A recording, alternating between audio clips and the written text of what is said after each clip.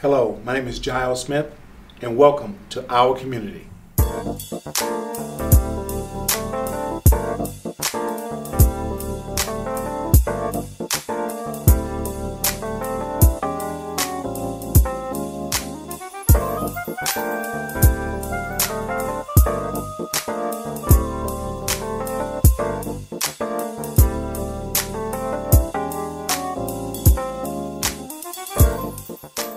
Explain more about Victory Outreach and how is it? What a great program.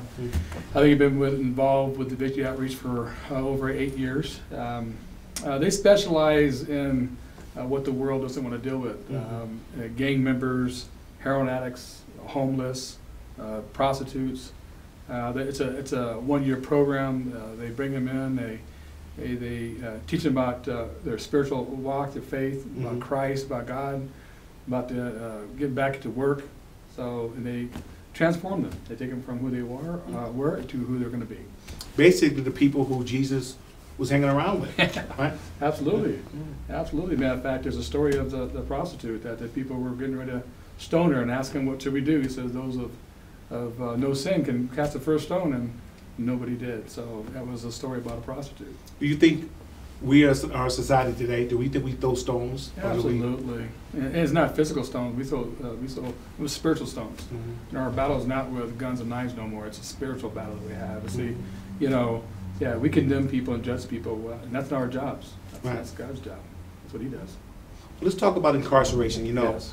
Over 70% of the people that go to prison actually come out of prison, actually go back into prison. Yeah, absolutely.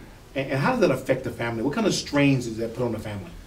Well, I spent a lot of years, going in and teaching in the prisons, and it's one of the sad things I see is when I go in, I see the moms, I see the parents, I see the kids.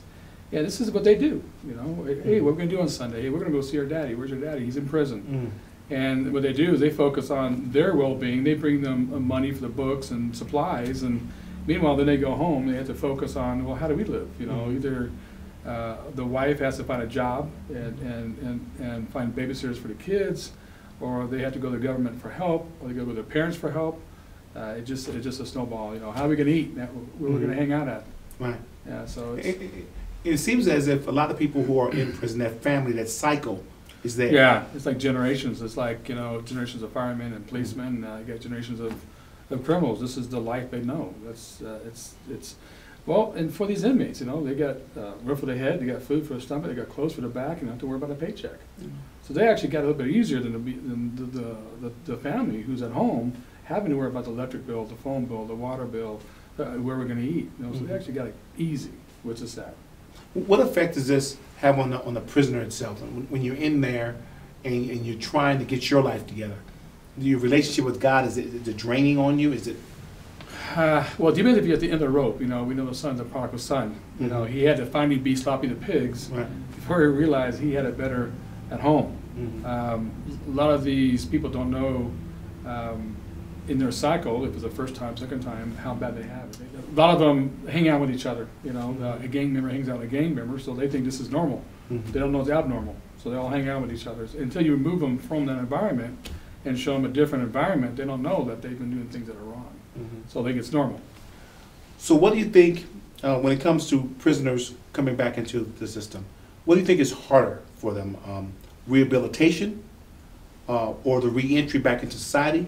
And how does religion take a part of that? I think it's re-entry into society. A lot of times what happens is when they leave prison, they go back to the same friends, same environment, same streets, and nothing's changed. And so we know insanity is do the same thing over and over again and expect different results. So I think that would probably be the most difficult. But what we do is we encourage them, once they do leave prison, is to find a local church that's Bible-based and get involved with a different crowd, different people, different people with different mindsets, and to get in their faith. And that usually will help them alter that path that they've been on. It'll change generations of misdoings. So that's what we encourage them, is when they get out of prison, is to find a different crowd to be with, and we always encourage them to find a good Christian crowd to hang with. Change that environment. Yeah, absolutely. I know, going back to Victory Outreach, I know you guys are doing great work helping people who are in that system. And a lot of it, I won't say to no fault of their own, but I think as a society ourselves, we had something to do with it. We didn't help that young person who was trying to do right. Absolutely. We kind of discouraged them or put some hurdles in the way. We didn't intentionally do it, No. but it's part of our responsibility to help fix it. Yeah. And I will say, at least in my opinion, I'm going to ask the question, that when a person is incarcerated, it costs about $69,000 a year in California to keep them in prison. Yeah. But it costs less than $20,000 to put them in college. So I think it's a waste of resources. Absolutely. But bringing them out and getting them back into the system, eliminating them or reducing the likelihood of them having a recidivism issue, basically going back for something small, making it too comfortable in prison that I have nothing else to do, so let me go back. Yeah. Is that some of the passion you see when you're dealing with them and you're talking to the families? I apologize. Is there a question there? Yeah, that was a speech first. Okay, yeah, okay. The speech is great, but what was the question? What are some of the other things that Victory Outreach is doing in our community? Well, what they're doing with the people that they bring into their facilities is they first are focused on getting their GED. That's education. Just to get their GED is huge. Right. So they bring some volunteers from outside from the schools to come out and work with that. They teach them work ethics and habits. Where a job is important, and how you conduct yourself, and how you carry yourself, and how you talk to people. Obviously, they focus on their faith, again, spiritually sound, code of conduct. How to bring back integrity. Because a lot of these people never had integrity. They didn't have. They've been lying and cheating and stealing, and so they think it's gone. Well, here they have a chance to start over again, a brand new life, with integrity, with honor, and that's what they're working with. Some of the key tools that need to be succsuccessful. Absolutely. They're providing those tools. Absolutely. And as I said, then they work with the individuals that the society does not want to work with. Yes. Who wants to work with a full-blown gang member because we're scared because we don't trust them no more? Right. Who wants to work with a prostitute who's giving their lives up, and nobody wants to work with those people. Don't know how to work with those people. Right. But here you got an organization that knows how to work with these people, and they have a great success rating. So to your point was, using the funds in a better means, I think it'd be absolutely a good idea. We talk about incarceration a lot, but how does incarceration really affect the family, the grandchildren? How does it affect the child, the mother, the father, the uncles, aunts? How does it affect? Yeah. What it is, it's a blemish, it's a scar. Especially it depends on the crime itself, but they've been judged, they've been condemned, and now they have a record. So my daddy has a record or has this, and that's just a stigma that they have to walk with and live with. They don't know that it can go away, through Christ and forgiveness and repentance.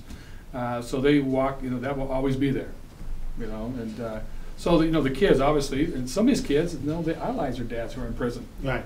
They glorify this now. We know shooting and drive-bys and violence, and we watch it on TV, and we just we watch it. The chase on the freeway. TV, and it's glorified nowadays. And so now the kids see the daddy, he's the hero, he's the macho gang member who murdered somebody, and they think that's okay. And that's the mindset they have. That's all they know. Because mom and dad's a big influence. Right. Big influence in your lives. And so, we're talking about ourselves on the side. We're talking about the foster system. There's, you got working with some people where dad's not in the picture. Mom was a full-blown drug addict. So the kid is thrown to the foster system, and tossed a few homes here and there, and they don't have that love and they don't have that guidance as a real father. So the foster parents, and I bless them for what they do, what they try to do. Right. There's so much they can do as a true parent, for guidance. So, so what do you do when you walk through your life and you have no, a dad who didn't love you and a mom who was a drug addict, and what do you know? Right. And that's tough. It's rough. Yeah. Very rough. Yeah. I know in our youth football league, we had a young man who said once, we were driving past a prison, and he says, "That's where my father stays." And he wasn't embarrassed about it. He wasn't bragging about it, but it was a fact of reality. Yeah. And those choices affect everybody in the community. And we tend to be standoffish with it as a society, I believe. But it would seem to me that it costs us something. It's not just them. Yeah. It's really us, because Yeah. it costs you money in taxes to Yeah. incarcerate people Yeah. or to rehabilitate them. Yeah. It costs you theft and damage and pain and hurt, drunk drivers, etc. All that stuff costs society. Yeah, Would absolutely. you- And that's part of it. But you know, here's how. There's a story in the book of Ezekiel talking about watchmen. Mm-hmm. And back in the days, they used to build a city usually on a hill, Mm-hmm. and they would fortify it, a fortress, and they would live inside the fortress, Mm-hmm. and they'd have the agriculture and all the livestock outside the fort, and you had people in the corners called the watchmen. Mm-hmm. And so you go out there, you do your daily chores and stuff like that, and if they saw a danger coming, they would blow the horn. Mm-hmm. And so when the horn blew, you came inside, you closed the gate, and you're protected. But if you heard the horn, didn't come in, something happened to you, that was on you. Yeah.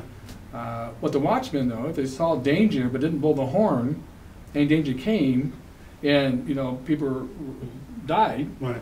well, they're dead, but also the responsibility was on the watchmen. Mm-hmm. We as a society, we see the danger, Right. but nobody's blowing the horn. What are we doing about it? That's powerful. We want to sit down and watch it and judge and condemn it, but what are we actually doing in our community to change these things?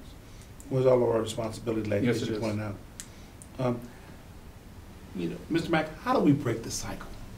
This is a so cyclical process of incarceration, rehabilitation, incarceration, children, parents. How do we break the cycle? Start early. Start earlier. Mm-hmm. We have 12-year-old kids, 13-year-old kids. We just had one here local where she wanted to stage a break-in to murder the mom. Mm. I got a young woman who's taking pictures of herself and going on the internet, and it's just we need to start earlier with education. Unfortunately, divorce rate is through the roof. Mm-hmm. The dad's looking for a girlfriend and the mom's looking for a boyfriend, and they're throwing the Xbox in front of the kid, and here go online, go on the internet, and not monitoring nothing. Right. So we need to go back to parenting 101 first of Mhm. all, and identify broken homes, and we need to become parents and help Right. and guide them. I believe the school system is a good place to start with. If you go back years when you had God in the school system and had those standards, Mm-hmm. we had a different society. But we moved God, and so nobody, they're not getting the parenting. They're not getting that attention they need, and so we got to find a place to educate those broken homes. Well, your program is also now in the public schools, correct? Yes, we are. Could you tell me a little bit more about that? As I said, I've been watching, I've been doing work in the men's prison ministries and victory outreach, and I've been seeing the result of sin, Mm-hmm. of gangs and violence and stuff like that, and seen some great work. But I've been noticing that as I speak with them, where it's been starts in their teens usually, Mm-hmm. and then it starts with the broken homes. And so what I've been working with is a community to try to solve this problem.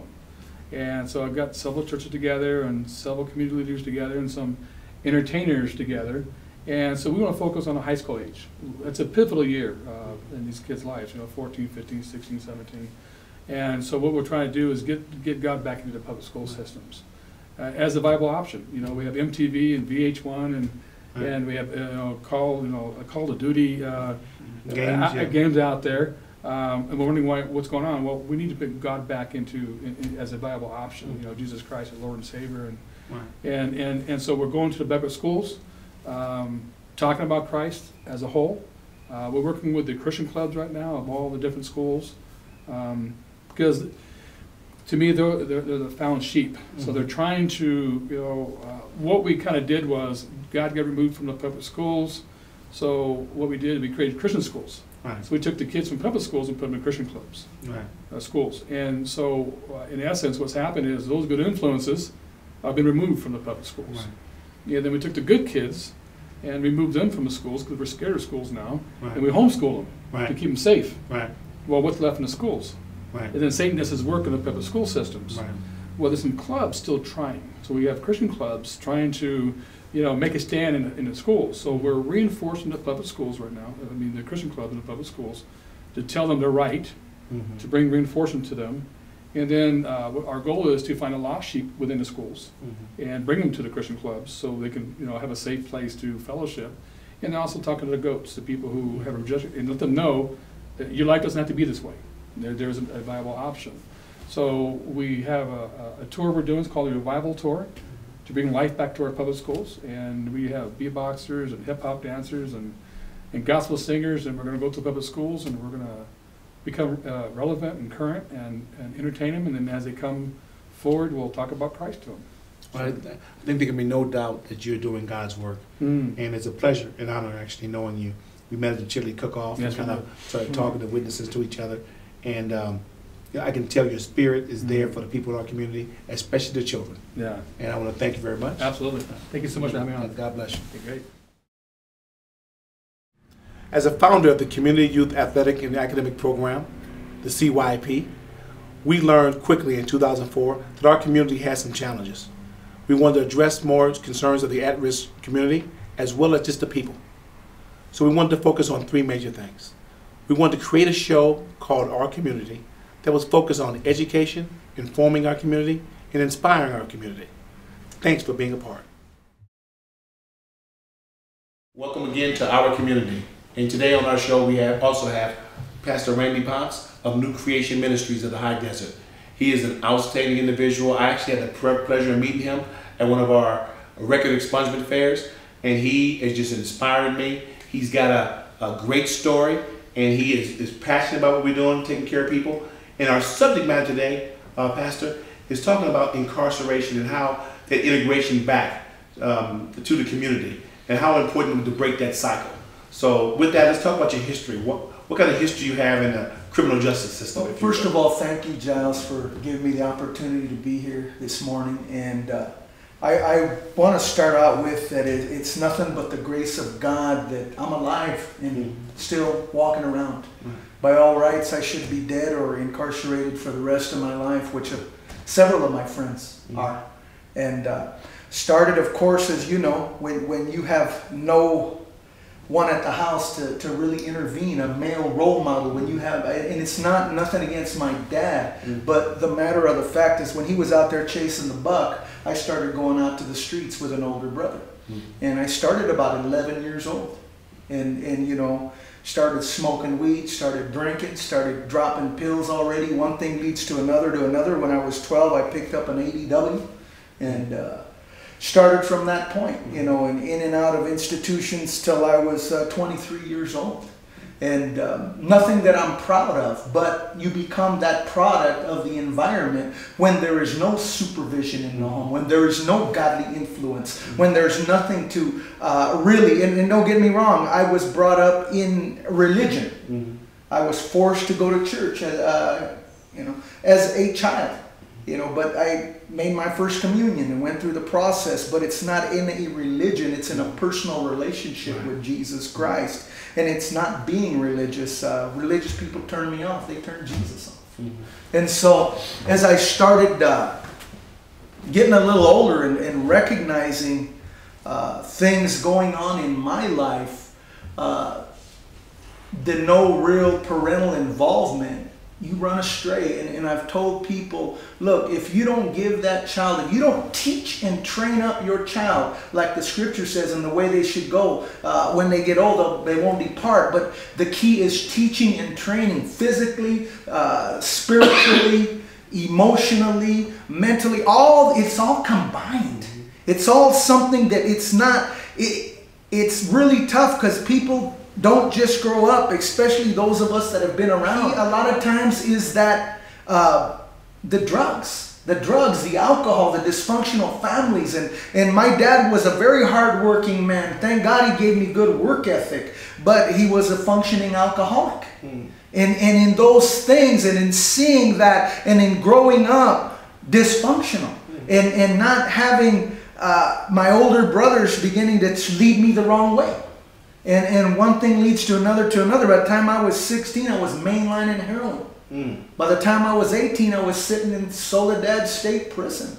I'm not proud of it. And any man can walk a yard. It takes a real man to stand up and say, you know what? I'm going to serve God. I'm going to be there for my family. We have to break the cycle. Right. There's a vicious cycle that comes around in our society. And I don't care if you're, again, African American, Hispanic, or white, because I'm seeing it. My present job is I actually a full-time pastor plus full-time worker. I work for the ep4 program through the state of California, if you're familiar with it. The ep4, I'm a workforce development specialist. I'm a workforce development specialist that actually I help people that are just getting out of incarceration reintegrate back into society. And one of the things that I teach them is you don't have to allow your past to dictate your future. Right. And the key in that is going to be truly, though, it's a spiritual thing, number one. And you have to have, it's like Maslow's theory. You've got to have your food, your shelter, your clothing. You have to have the basics. Our church feeds 40 to 50 people a week, and we're a very small church, renting a couple of suites on Walnut and 3rd Street in Hesperia. And, you know, the thing of it is you do what you can. I tell my people, you do the very best you can with what you have, where you're at that particular time in your life. And I believe that's all that God calls us to do, is our best. But I'm always challenging our people, are you really doing your best? Only you know. Right. And see, it has not been an easy road. Right. You know, I have had so many different tragedies in my life, you know, with daughter, with family, with ministry, but you don't let it stop you. Oh, my old man used to tell me, he was not a religious man, not a godly man, but he would tell me, hey son, a winner never quits and a quitter never wins. What do you want to be? I want to be a winner, Pops. Well, then don't give up. I teach our people that get out in the probation office in Victorville, I say, don't give up. Don't give up. Keep knocking on those doors. What I will teach you will give you an edge. I will give you everything that's necessary to find and obtain employment. But it's up to you to go out and get it. And then, no. You got to go out. Just like you hustle for that dope, you got to go out and hustle for the job. And do the positive things. Right. You've got to write and target that resume. You've got to develop the dressing for success. Right. You've got to do the things, how to handle a felony question. And I've had a very good measure of success up here. In the last 6 months, we've got 31 people employed by the grace of God. Yeah. And you know, the thing of it is it going back as a young person, as a kid, sitting in juvenile hall for the first time. I sat in that cell, and the door shut, slammed shut. And I began to count the bricks. And I began to think in my head, why am I even here? And you know, I had a counselor in there, and she looked at me and says, you're not dumb. Do something with your life. But at that time, I was stuck on stupid. Right. I'm writing a book called Stuck on Stupid. And Lord willing, I'll get some money to publish it one day. But I love to put it in juvenile halls and placements.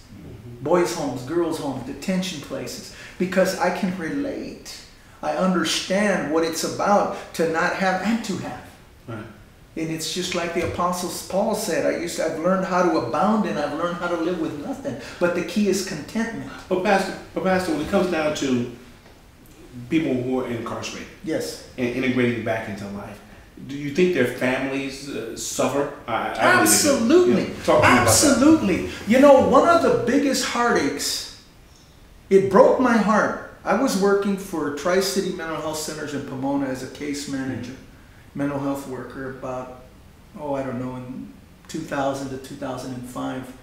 And on my caseload, I had kids that were from 6 to 19 or 17, something like that. And one of the things that really struck me funny is I saw this name of this certain young third grader. He was acting out, getting in trouble, just off the chain. And I remembered the name. And as I met him for the first time, I had done prison time with his dad. His dad recently had overdosed when he got out. And it was a heartbreaker. You know, and Generational. Generational, and that kid was acting out, and he had no sense of value and no sense of worth. And there are so many. When I worked prison ministry in the 90s at the Youth Authority in Chino, most of these young men, ages 18 to 25, I was there. I was at Fred C. Nellis. I was at SRCC. I was a program coordinator of Match 2 Prisoner Outreach, which was a volunteer mentoring program. Had over 100 volunteers going in and visiting children and young men that were incarcerated. I had young men that hadn't seen the inside of a visiting room in 6 years. And because their family cut them off, or their parents were incarcerated or dead. And so it is that vicious cycle. And it's a cycle that you see, and it was all colors, all walks of life. And it's a thing where I see it in even the frustration at work at the Victorville Probation Office. Out of 10 or 12 in that class, I know that only 1 or 2 will make it. And that's the statistics, and that's the reality of it. But the community must get involved.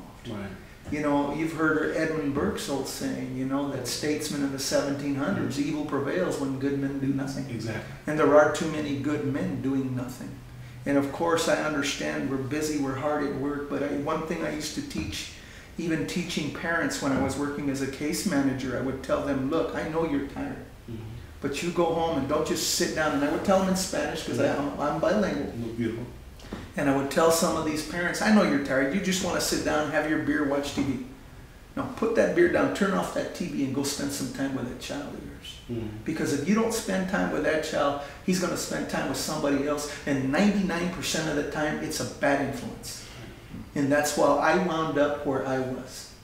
I was financially okay. My dad made good money. He's first one of the first Spanish-speaking real estate brokers in the 60s. But he was out there chasing the almighty buck. And you know, I'm very thankful, because he did get me about $30,000 worth of lawyers. Otherwise, I'd be sitting and doing all day. And I'm thankful for that. But I do know this: it's more than money. It's quality time. I've quit corporate jobs to be with my children. I've quit corporate America because I said within myself, and this is what I made myself a promise inside, that if I ever had children, I was going to be responsible and be there. See, anyone can father a child, but not everybody can be a father. Not everybody can be a father. And the absenteeism of, I don't care if it's mom or dad, it's such a devastating effect on a child. And they feel, because a child from 11, 12, they start breaking that puberty, and that's when they need the guidance. That's when they need mom and dad the most. A lot of our parents think, oh, now they're older, now I can go relax. No, get involved. I was the co-chair of grad night committee on my daughter's schools. I knew the principal. I'd go walk into those schools all the time and drop by and get to know the parent, get to know the teachers, get involved with your child. And it's sad because so many that are incarcerated don't. But I do want to say one thing: if you have been absent, it's never too late. It's not too late. You know, I understand that we have guilt, we have all kinds of things. Make amends, start over. It's a beautiful thing about the Lord. You know, you can come to Him and ask for forgiveness, but you also have to mend those relationships. And begin, if you weren't there, begin to make amends. Begin to make time for that child. I don't care if they're 25 years old. You can start over. And you can change if you want to. It's all on an individual basis. God will help us all the way through. He knows that we're not perfect. Believe you me, I've made more mistakes than a whole lot of people. But through His grace, His love, and His mercy, He's turned me around, and He can do the same for you. I have great relationships with my children. You know you did something right, but I brag on God and my children that when our 25th wedding anniversary, my girls got their money together and sent Mom and I to a 8-day all expense paid Mexican Riviera cruise. See, you know you did your job.